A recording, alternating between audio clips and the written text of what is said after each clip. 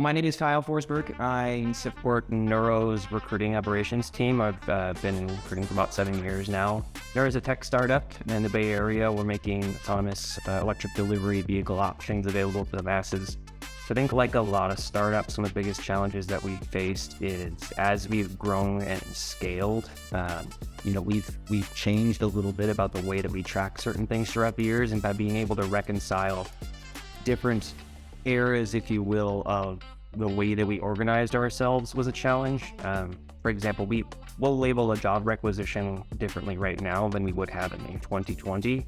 And that makes it difficult to report on, for instance, one department's recruiting activity over the span of multiple years, because you're looking at data that's in different shapes or in different contexts. And so we would have, there were times where we had to compartmentalize the reports based on time frame, and that's just difficult to scale. And for a startup that is continuing to grow and occasionally reorg itself, we needed a way to be able to scale with those changes. And I think that's something that Equitable's been able to really help us with. So we needed to standardize and organize our data, right? It was data cleanliness or just sort of a scalability issue, the way things had changed throughout the years. And so it was difficult for us to standardize and organize our data in a way going to be scalable without putting, like one person on that task for months at a time, because of how manual it would otherwise be to go in, look at every historical rec, relabel it.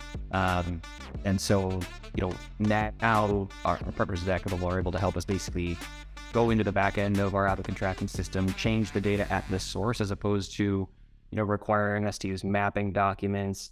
Because that was one of the things that we had to do a lot of previously, where if we had an org that corresponded to a certain department and things changed, we would end up needing a mapping document to have a real-time look at what organization is tied to which department.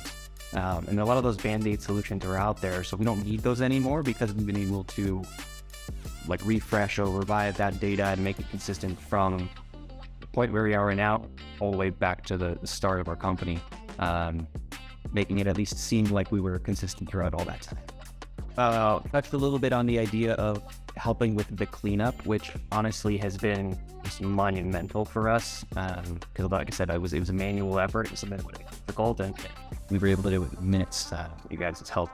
So now our data is cleaner, but we also have a lot more confidence in the insights that we can get from that data, because for a while, it's like we knew there were somewhat inconsistencies, and so we had to create those band-aid solutions. But and as a result, we pull a report and we're pretty confident in this, but not super confident. And so it just raised that confidence level of the data that we pull, making us feel like, instead of having to pull a report and put a little asterisk next to it saying like, hey, let me know if this is messed up, or if you see something wrong, we have a lot more confidence in it, have to put that little qualifier on it, because we're expecting it to be correct from the get-go.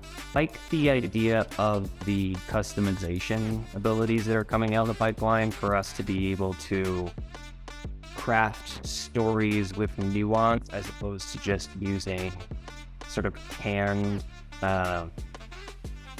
metrics, perhaps. Like, we've got metrics through Equitable that are very valuable, but in the event that we have a metric that doesn't yet exist, we're going to have the ability to be able to create that metric as a variable that we can then put into other reports. And one of the things that I appreciate about Gabe and his team is how curious they are, in such a way that really helps us drill down into, okay, there's a problem, how do we solve it?